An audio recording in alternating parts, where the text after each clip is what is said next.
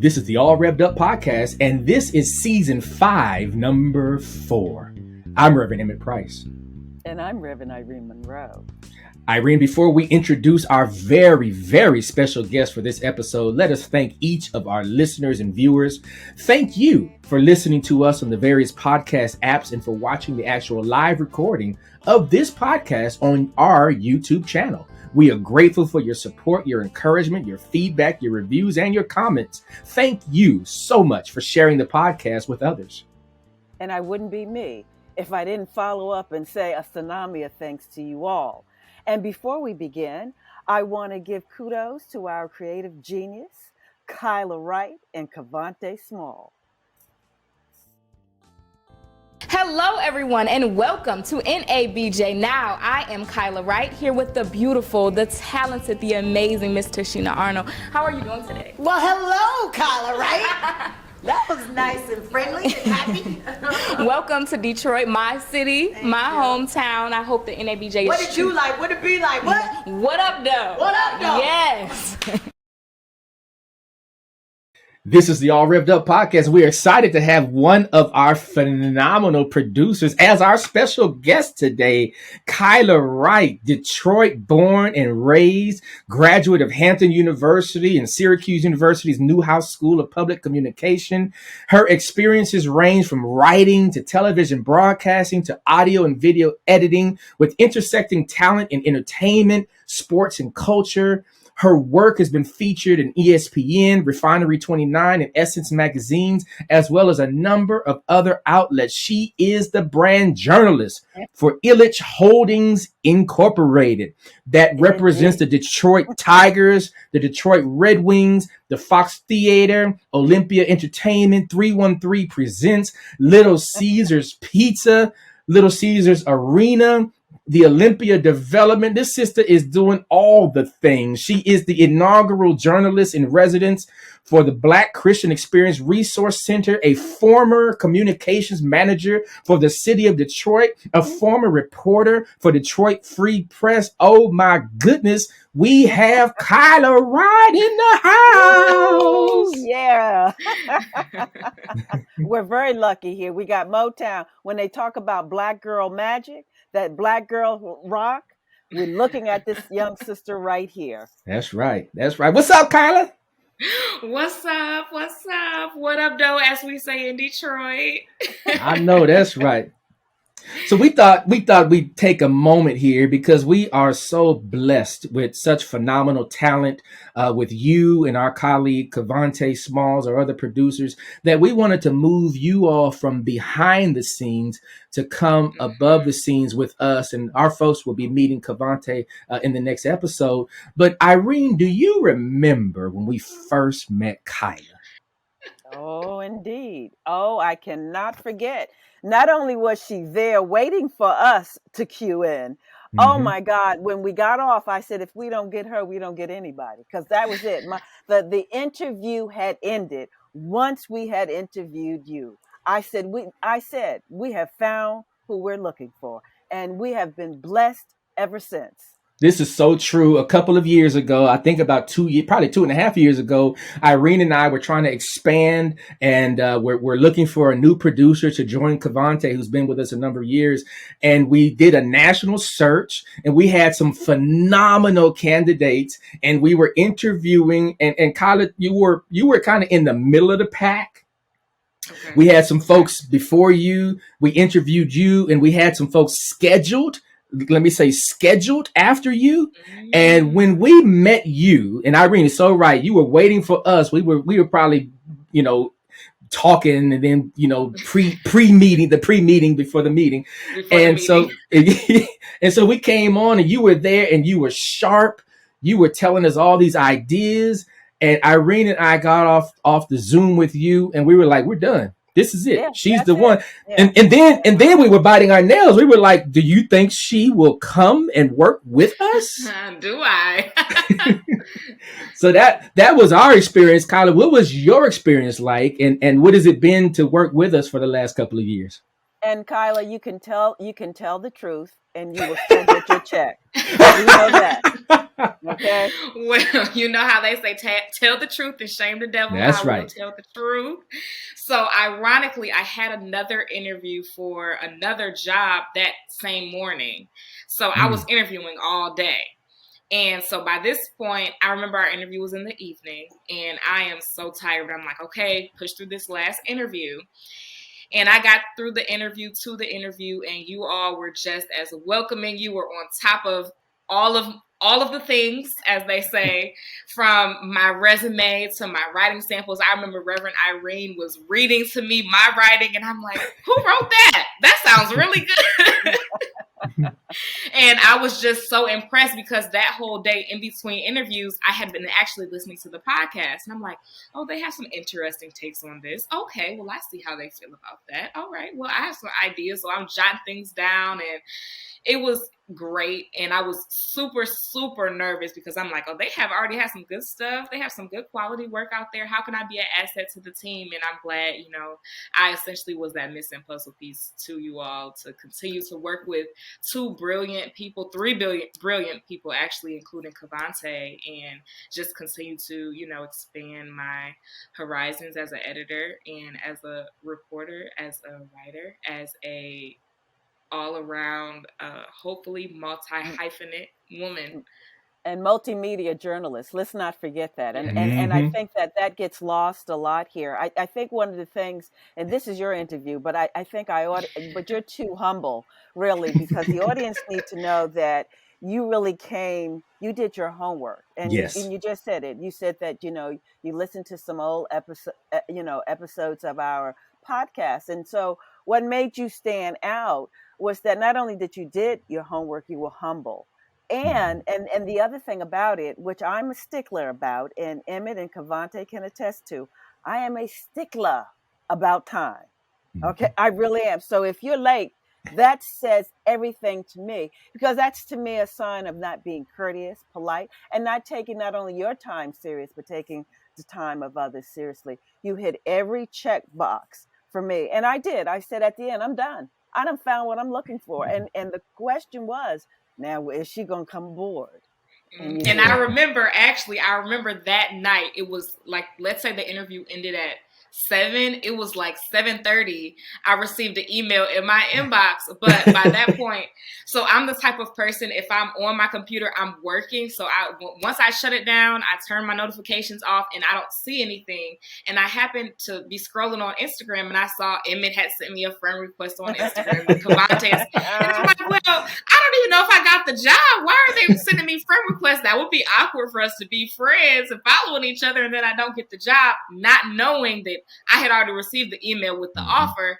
Then the next morning I woke up and I, in my daily routine, checked my email, and I'm like, wait, he emailed me after the interview? Wait, hold on, I didn't even see this. So that was a good wake-up call, a good thing to wake up to, that I had received multiple hours prior. So that's always funny to me. Well, what you did for us is that you gave us independence. See, what happens with this whole new world of rolling out with podcasts, the only folks we saw really at rolling out were young white men and women. We didn't even know that existed. Although, interestingly enough, our interview, many of them were people of color. I need to say that it really did run the gamut here. But I also felt here too, I mean, not only were you the best candidate to come down the pike here, is that we had not seen very many Black women, really, in this field, giving voice, and how would that be shaped? Similarly, like I don't see too many, now we do, but at the time that you came on, not too many LGBT voices, because what we want to bring, certainly as people of different religious backgrounds, bring in your voice and your vision. How do we meld this into a kind of, provocative and engaging and edifying conversation? Exactly. Yeah. One of the things that I love about this team, and you become the manifestation and the exemplar of it, Kyla, is that we are deeply intergenerational. We have representation of various decades with the four of us. Watch yourself. Watch yourself. I thought I was savvy the way I said that. Okay, now Emmett, I'll send to his room, and the other two, I will spank you. Okay, so watch yourself. But Kyla, as the youngster in the crew, I mean, you bring so much energy, and this is, one of the things we love about you, that you have brilliant ideas and you're not afraid to share them. You have thoughts about the way that we might frame things and the way that we might, position things. And so, I mean, I just can't even imagine doing this podcast without you. Yeah, that's right. That's right. And I think the other thing is that I think the audience doesn't know, because you're a multi media journalist here. Your stuff has appeared in Refinery, which is a very well-known web newspaper here. I think they don't, and also the fact that you're in an interview with one of the most well-known Black actresses, in the country here. My question has been to you, because see, I didn't see you growing up. I didn't see any Black women in your field. So I'd like to know, who were your mentors, or who were your images coming up? Or you might have done what Toni Morrison has always say: I had to invent myself. That if you don't see it, she says, then that gives you license to write it into existence, or to be that person that is, in existence of something that you don't see. So please tell me, how did you come about it? Because I'm of that era that when you saw anybody Black, you call everybody in the neighborhood, and by the time they finish, by the time you get off the phone, everybody they're gone. knows. Yeah. So please tell me. Yes. So a combination of the two, actually. I obviously am from Detroit, which is one of the Blackest cities in America. So I was fortunate to see a lot of Black and brown women on my, local television screens that were inspirational, from, WXYZ, which is a local station here in Detroit, Glenda Lewis, Rhonda Walker on Local 4 News in Detroit. So seeing those Black women who were giving back in the city, reaching back and helping other young women were of inspiration to me. Other mentors, and seeing at the Detroit Free Press, where I ended up working as well, Rochelle Riley, who was a well-known columnist. But nationwide, I knew Oprah, and that was it. Oprah and Gail, of course, and then that was kind of it. So, but I didn't see the in-between, like you say, in multimedia, and an MJ, multimedia journalist, is something that's still a relatively new concept. Someone who can write, shoot, edit, produce, be in front of the camera, behind the camera, all of the above, all the things, back in times when I was still growing up, it was essentially you needed to know how to do one thing. Now you have to know how to do all the things. So growing up in that evolution of technology and of the era of journalism, I did feel myself needing to reinvent the wheel, and kind of being that model that I wanted and needed to see on my screen, or, in a newspaper or online publication. Quick question for you. Who are you listening to? Who are you reading, and what are you watching? Who are you listening to? What are you reading, and what are you watching? Who am I listening to?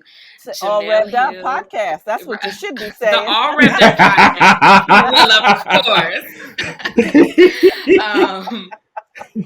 Listening to Jamel Hill was Unbothered, who, shameless plug, is also a mentor of mine, fellow Detroiter, fellow journalist. Watching, what am I watching right now? Ooh, Queen Sugar. You should be. My mom loves Queen Sugar, and I've never seen it. I haven't. I have never seen it. It must be a generational thing. Okay, watch out. Watch out now, Emmett. Most recently, I've watched Rap-ish on HBO, Issa Rae's newest project, which was really good. And reading, what was my most recent read? My most recent read was by Desmond Meade, a Black man, called Let My People Vote.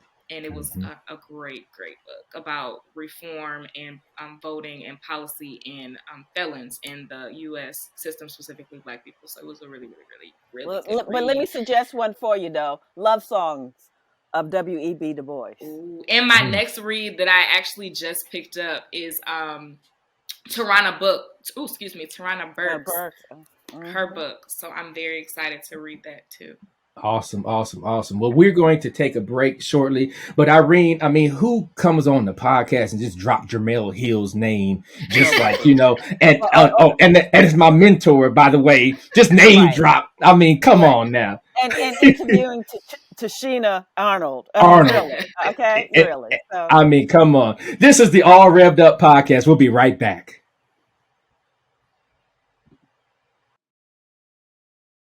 I have Kyla Wright, a student, advocate, and survivor.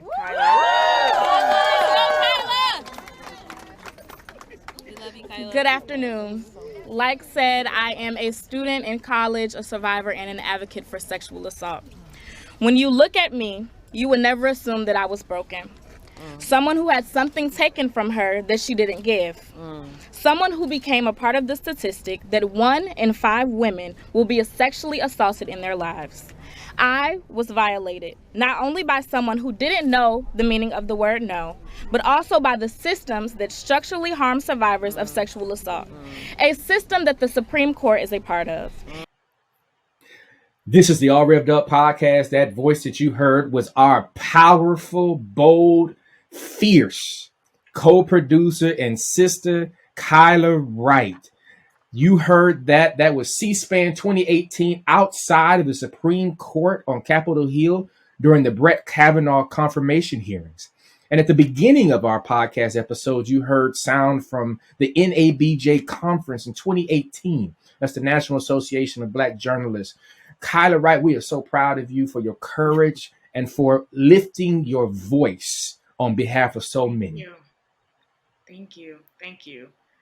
Yeah, it really takes my breath. Not only am I awestruck, your courage to give voice to the particular topic, the Me Too movement, and our audience need to know that you're standing beside Tarana Burke, the founder of the Me Too movement.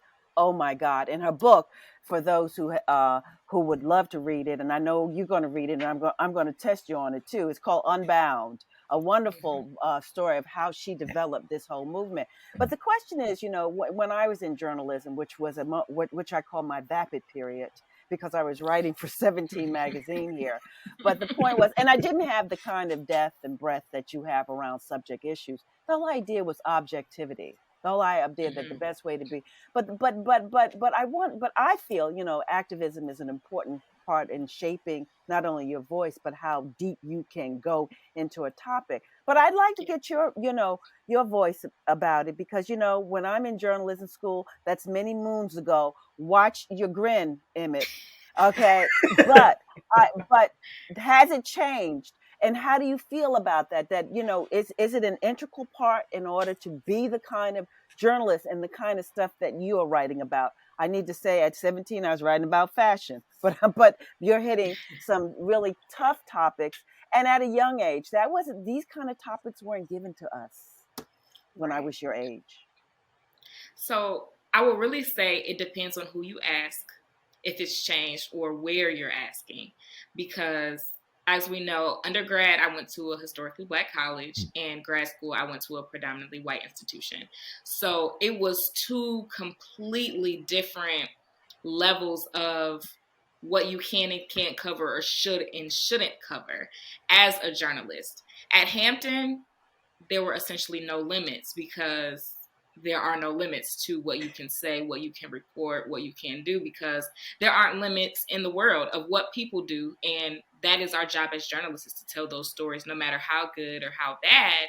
And then on the flip side, at my PWI, I found myself reiterating that even to my professors who had been in the industry for decades, because it seems like either they had lost that touch, or because there was a certain level of privilege that they possessed, they didn't recognize the fact that there are so many other issues to write about besides, like you said, Reverend Irene, just fashion, or, just entertainment, just sports. It's so much more than that. And even, like we've seen with Carrie Champion, Jamel Hill, even LeBron James, who isn't a reporter, just stick to sports. No, I can't just stick to journalism. I want to stick to journalism in addition to all of these topics that I can report on as a journalist.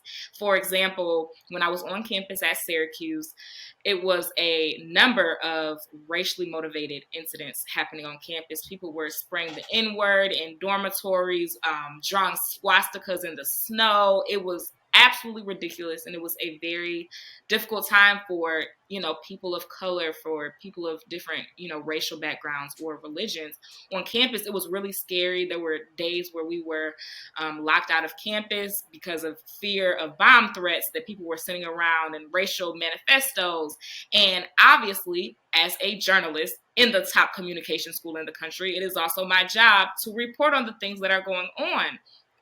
And they say, you know, God does things at the right time. All right. And I truly feel like at this time, he made sure I was not in this classroom with this specific professor, because when all of these instances were going on, there were protests on campus. There were students were locking themselves into the chancellor's office protesting, you know, for him to say something about these incidents on campus. So students were reporting, but it was also journalism students that were protesting.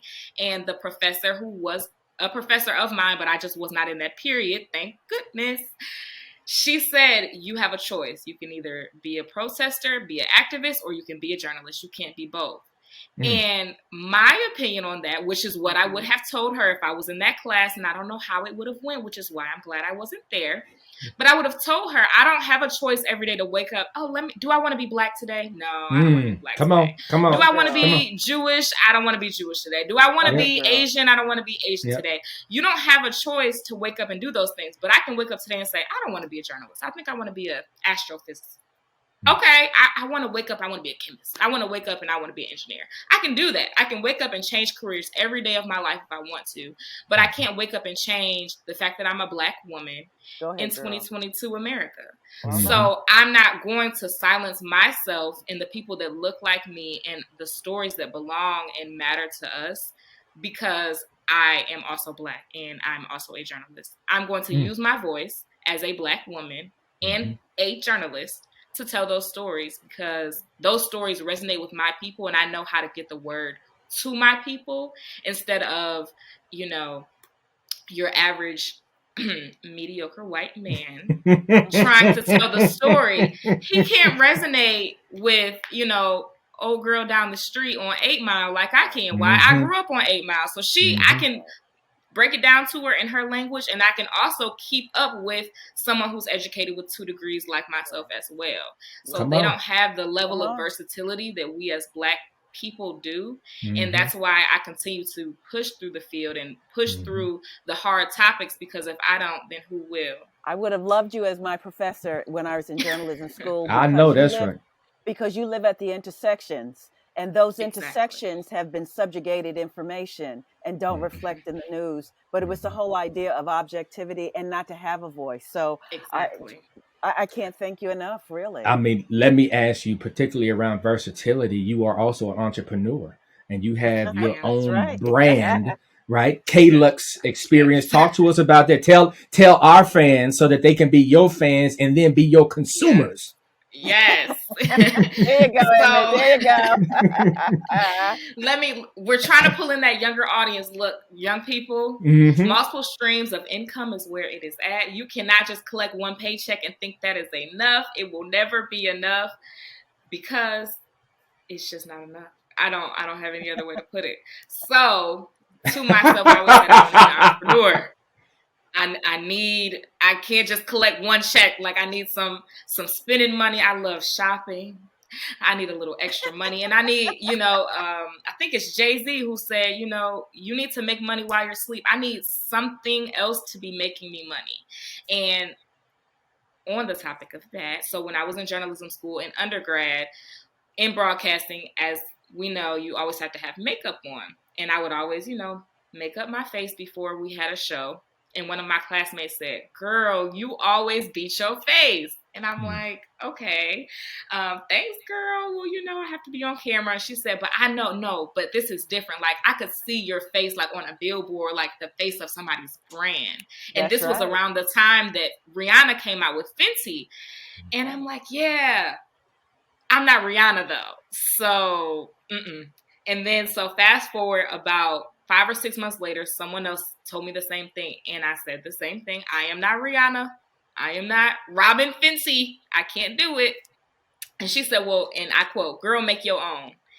And I did some research and I ended up launching the K-Lux Experience, which is a vegan cosmetic brand. Ooh. And I expanded during the pandemic when people weren't wearing makeup to handbags as well. So I have a new line of handbags specifically embracing Black culture. So all right. I didn't know that. Okay. Yes. So I have a couple bags with like a couple different like phrases on them and slogans, and then the signature K-Lux purse as well. So yes, that is the K-Lux Experience. And also I actually have another business, a custom design business with my mom too. So we make everything you could think of, from t-shirts to graduation stoles and lanterns and candles. So I do a little bit of everything. I need makeup, Kyla. A creative is here. It's just all in me. Okay, Kyla, as you can see, I need makeup and I need, and you know, the purple lipstick is a Black woman's dead sign. It's the favorite. That's my favorite. But I need makeup. So come on now. You got to sell it to me. We got to get out of here, but before we do, our folks need to know that you are also Miss Southeastern Michigan, and that you competed in the Miss America 2022 pageant, and it wasn't your first time. So we need to let people know about that as well. Yes. So, slight correction, Miss USA system, not Miss America system. Thank you. Yeah. Oh my goodness. Oh my goodness. Yep. I gratefully stand corrected on that. Thank you. Yes. So I did compete in the Miss USA system twice for Miss Michigan USA, and I just have a sneaky suspicion that the third time is going to be the charm. So next year, 2023, look out. I'm just going to manifest that right here. And yes, so I'm very excited. Continuing my fight and my activism for women's rights, specifically sexual assault survivors, as the future Miss USA is what I am manifesting, so that I can continue to, push the needle forward and make a difference, not only among other women's lives, Black women's lives, but in my own life, because I am my own advocate. Lifting as you climb. I love it. That's the motto. All right.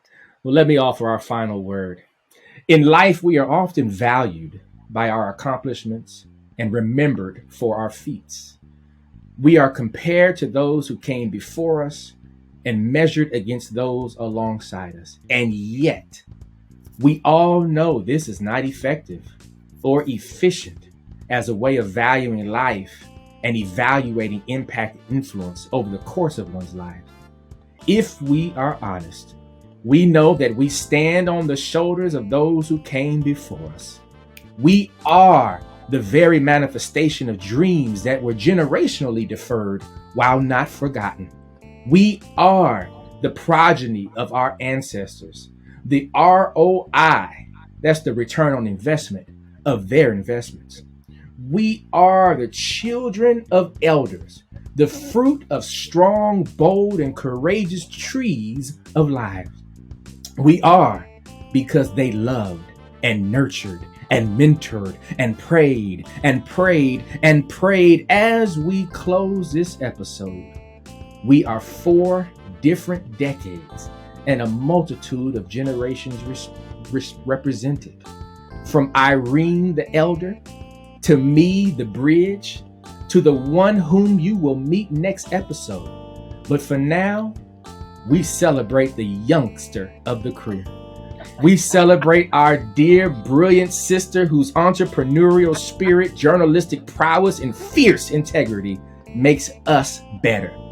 We celebrate our dear sister who we lift on our shoulders so that she can not only see what we can't, but so that she can soar in ways that we can only imagine.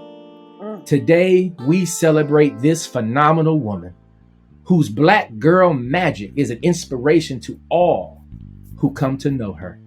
Kyla Wright, you rock, and we pray God's bountiful blessings upon you. Amen? Amen. Amen. And Ashe. Ashe. Ashe. All Rev'd Up is brought to you by us, the Revs. Our amazing producers are Kyla Wright and Cavante Smalls. Music for this episode is from Reverend Price's son and musical prodigy, Emmett G. Price IV. All Rev'd Up is distributed by GBH. Additional thanks to Bob Kempf, Elizabeth O'Brien, May He, Devin Robbins, Meredith Neerman, and Zach Waldman. If you like what you hear, let us know. Give us a review on Apple Podcasts and follow us at All Rev'd Up Pod on Facebook, Twitter, Instagram, and YouTube. Feel free to send us a note, a question, or a comment to allrevduppod@gmail.com. We'll be back